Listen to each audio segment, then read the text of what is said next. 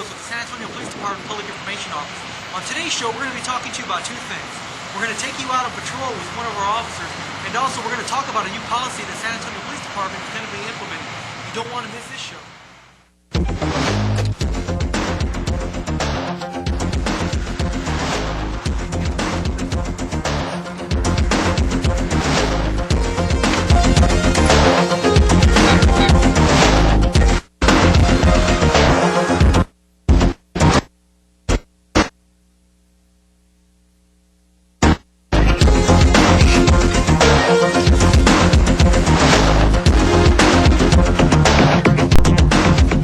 Stay tuned, because up next after this break, we're going to be talking to the men and women who are patrolling our streets day in and day out.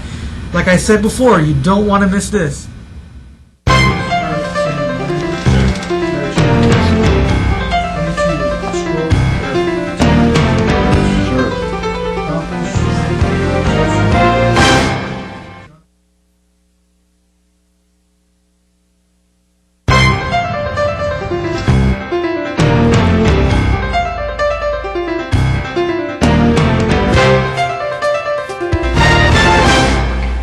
During the roll call briefing, the supervisor will give each officer their assignment and pass along important information from the previous shift. Once roll call is complete, officers will find their assigned vehicles and conduct a vehicle inspection, making sure the patrol units are gassed up and ready to go. To begin the tour of duty, officers will sign onto their laptops tomorrow.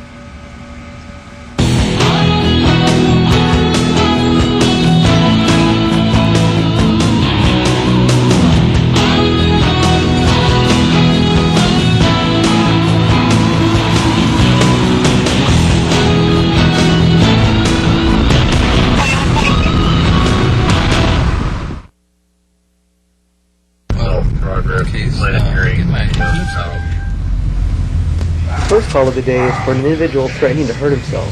Officers take appropriate action in approaching the location.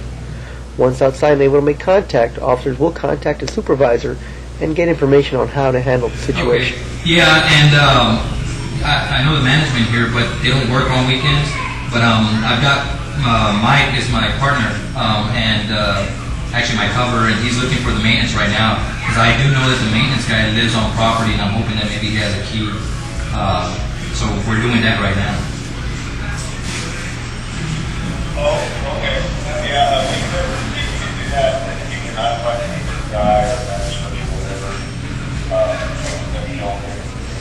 Unable to make contact with the individual, Officer Lopez contacts local residents to alert police officers that the individual is seen again in the location.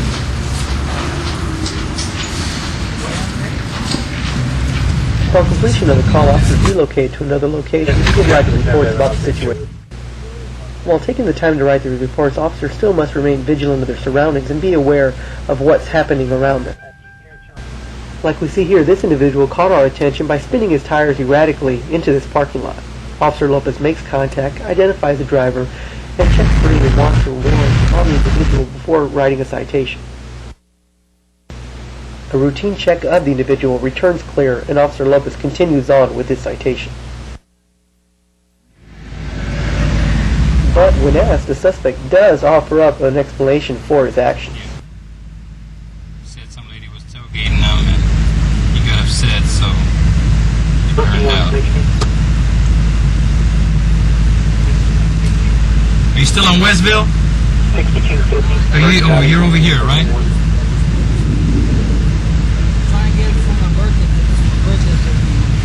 What apartment number you at? 160 what? 60.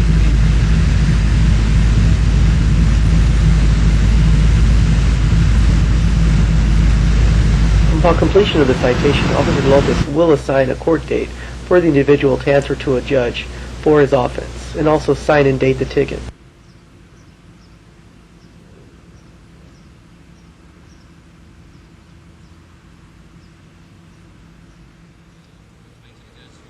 Officer Lopez advises the driver of the court date and allows him to sign the ticket.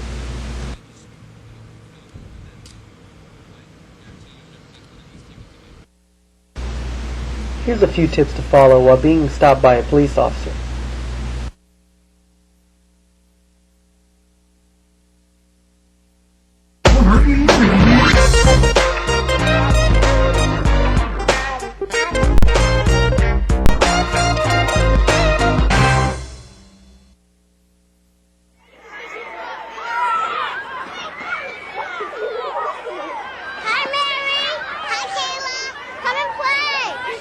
Sweetie, why don't you go play with those kids over there? Why?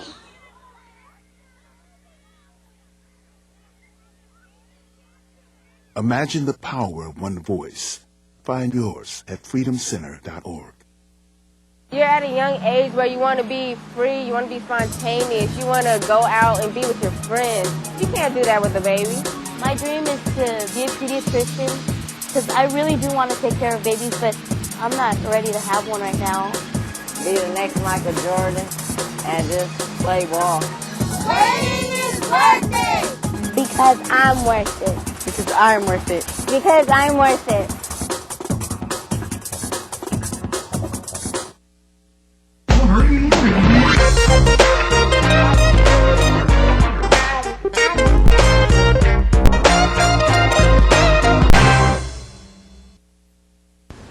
Officers are called back out to the location for the same individual causing a disturbance earlier. This time, they're able to gain entry and access to the suspect. The suspect will be transported by a paddy wagon to a local hospital for a mental evaluation. Officers assist the suspect get in the vehicle and await his transport to the local hospital.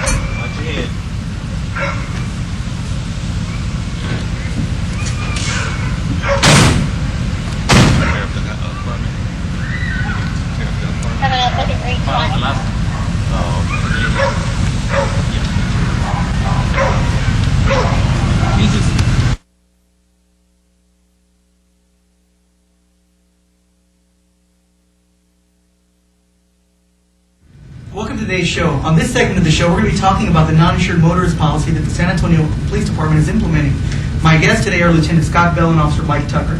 Gentlemen, thank you for being here today. Would you like to Nice to be here. I'm Lieutenant Scott Bell with the San Antonio Police Department, and I'm the unit director for the vehicle storage facility.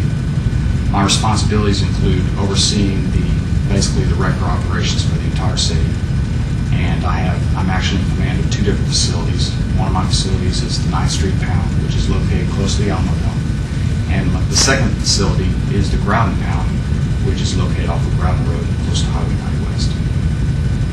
Officer Tucker. I'm Officer Mike Tucker. I've been with the San Antonio Police Department for approximately 15 years. I worked at the 9th Street Pound in the record unit where I oversee the towing contract with Texas Towing. Gentlemen, thank you for being here.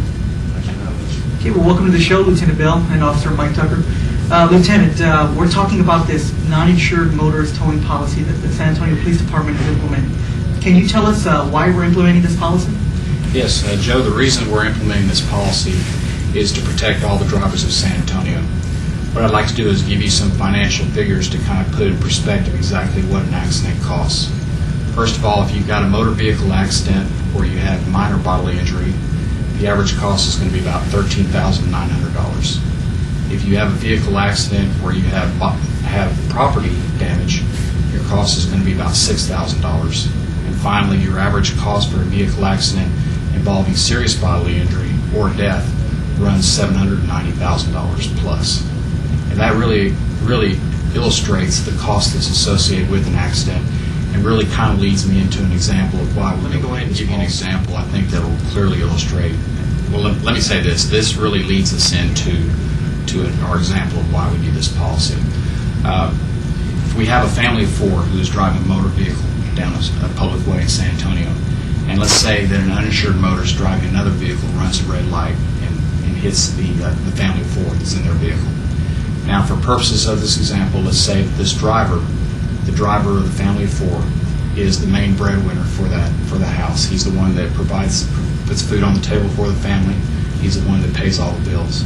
Now, as a result of that accident, we're going to say that he's paralyzed. Okay.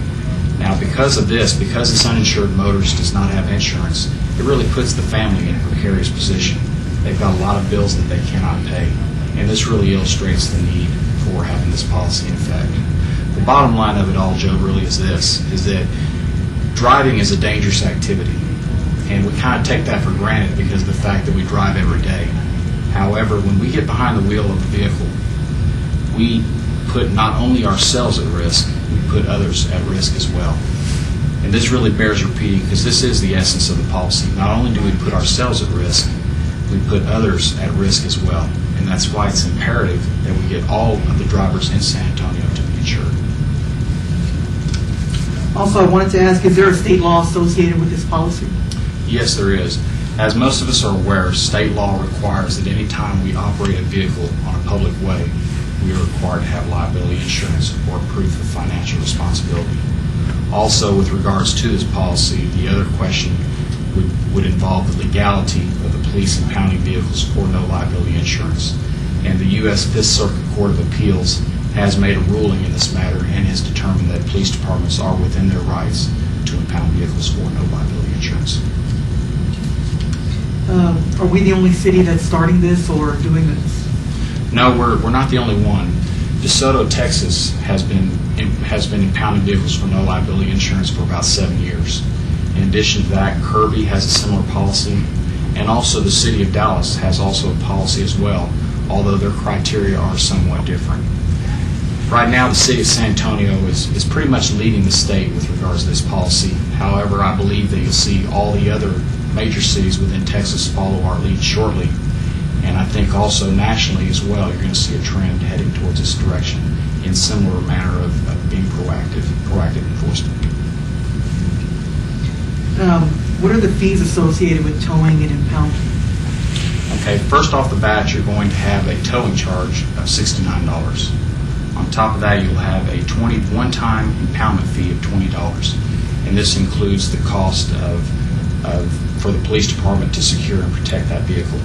And finally, you're going to have a daily storage fee of $15, and that accumulates daily, so you'll have an additional $15 charge per day that the vehicle sits on our lot.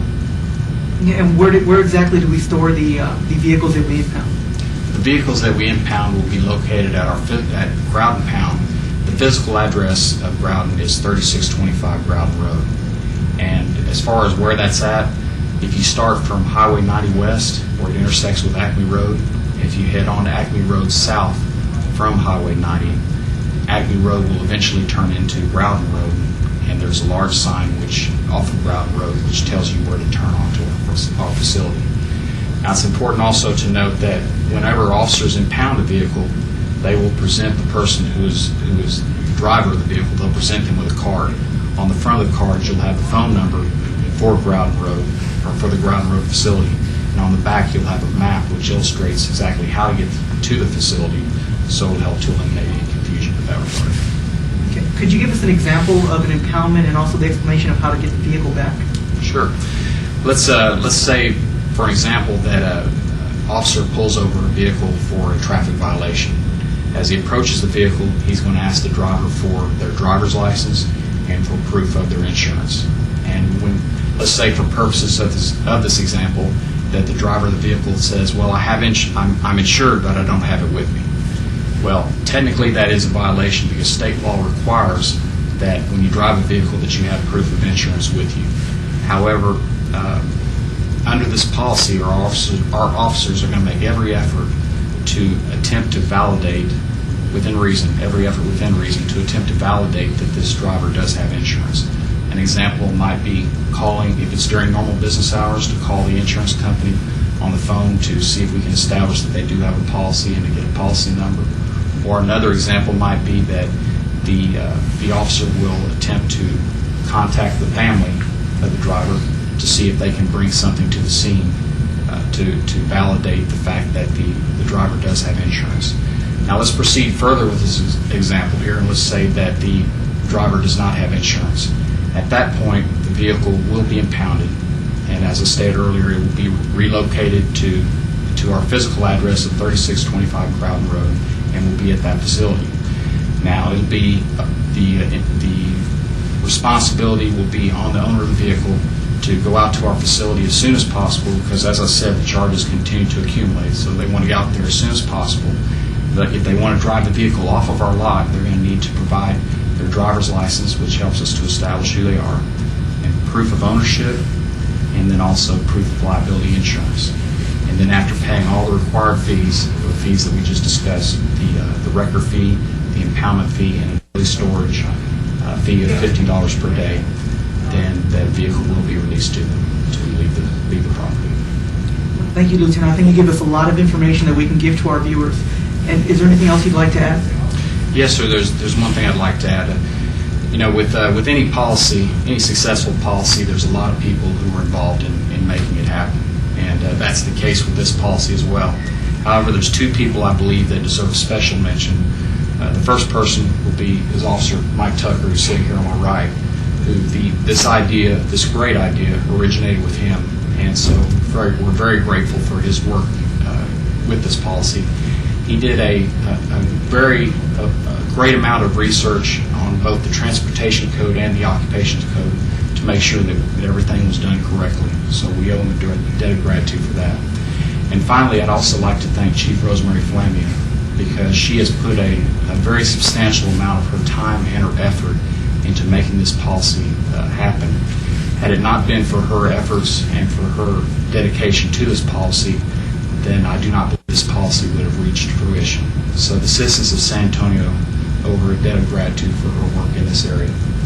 And finally, Joe, I'd just like to say that this policy really takes the high moral and legal ground, and it really is the right thing to do. I'd like to thank the citizens of San Antonio for their overwhelming support of this policy. And as I stated earlier, other jurisdictions that have taken similar proactive measures to this policy have achieved great success with it. I anticipate that we will achieve the same results here, and we will all benefit as a result. Thank you. I'd like to thank Lieutenant Bell and Officer Mike Tucker for being on the show. Also, if you'd like more information on what we talked about today, visit the link you see below to get more information. Also, stay tuned for scenes from the next Behind the Badge. On behalf of Chief Albert Ortiz and members of the San Antonio Police Department, I'm Officer Joe Rios. You be safe, San Antonio.